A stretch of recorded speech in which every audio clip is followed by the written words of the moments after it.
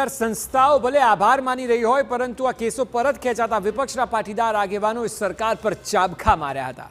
તેઓનું કહેવું છે કે આ કેસ જ ખોટા કરવામાં આવ્યા હતા અને હવે જ્યારે તમામ ભાજપમાં જોડાઈ ચૂક્યા છે એટલે કેસોને પરત લઈ રહ્યા છો।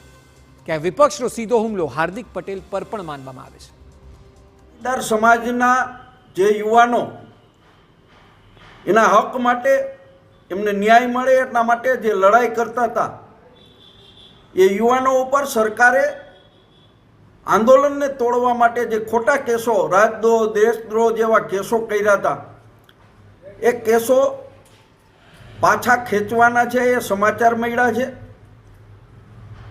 સરકારે બહુ જ મોડો નિર્ણય કર્યો છે, પરંતુ જે નિર્ણય કર્યો છે એમને હું આવકારું છું।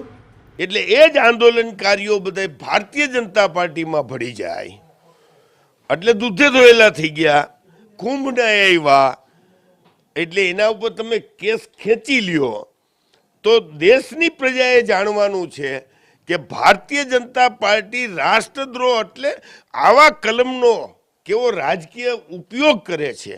અને એ આજે પાટીદાર આંદોલનકારીઓ છે, કાલ બીજા આંદોલનકારીઓ હશે, ત્રીજા આંદોલનકારીઓ હશે, આ રીતે મિસયુઝ કરવો, રાજકીય હરીફો સામે કાયદાનો ખોટો ઉપયોગ કરવો, હું તો અહીંયા સુધી કહું છું કે આવો રાષ્ટ્રદ્રોહનો કાયદો જેને કેસ લગાડ્યો ને એની ઉપર લગાડવો જોઈએ। જે તે પબ્લિક પ્રોસિક્યુટર ઇન્ચાર્જ હોય એમણે જે તે કોર્ટમાં એપ્લિકેશન આપી અને સરકાર આ કેસ ચલાવવા માગતી નથી તેવી અરજી કરવી પડે અને પછી નામદાર કોર્ટને એમ લાગે કે આ જે ડિસિઝન છે એ પબ્લિક પ્રોસિક્યુટરનું છે અને પ્રજાના હિતમાં છે, પબ્લિક ઇન્ટરેસ્ટમાં છે, તો નામદાર કોર્ટ એ કેસો પાછા ખેંચવાની પરવાનગી આપે।